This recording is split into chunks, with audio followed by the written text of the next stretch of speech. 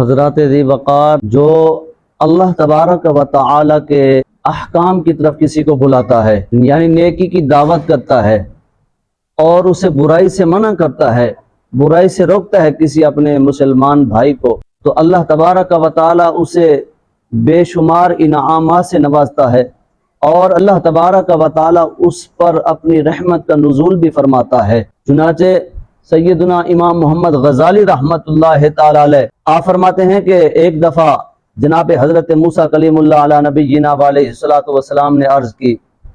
یا باری تعالیٰ، جو کسی اپنے بھائی کو نیکی کی دعوت دیتا ہے، امر بالمعروف کی تبلیغ کرتا ہے اور نہی عن المنکر یعنی برائی سے کسی کو روکتا ہے، تو اس کے لیے کیا ہے، یعنی اس کے لیے کیا اجر ہے، اس کے لیے کیا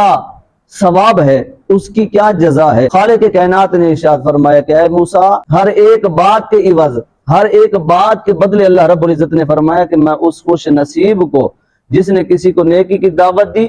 برائی سے روکا، 1 سال کی عبادت کا ثواب عطا فرماتا ہوں، اور فرمایا کہ مجھے حیا آتی ہے کہ میں اسے جہنم میں سزا دوں، جہنم میں اسے ڈالا جائے۔ حضرات ذی وقار آپ نے اندازہ لگایا۔ دوستو آپ دیکھیں کہ جو بھی کسی کو نیکی کی طرف بلاتا ہے، بھلائی کی طرف بلاتا ہے، اچھائی کی طرف اسے بلاتا ہے، نیکی کی دعوت کرتا ہے، برائی سے منع کرتا ہے، بدی سے منع کرتا ہے، گناہوں سے روکتا ہے، تو فرمایا اللہ رب العزت نے جو دنیا میں رہ کر وہ میری تبلیغ کرتا رہا، میری طرف، میرے احکام کی طرف بلاتا رہا، تو فرمایا کہ میں اسے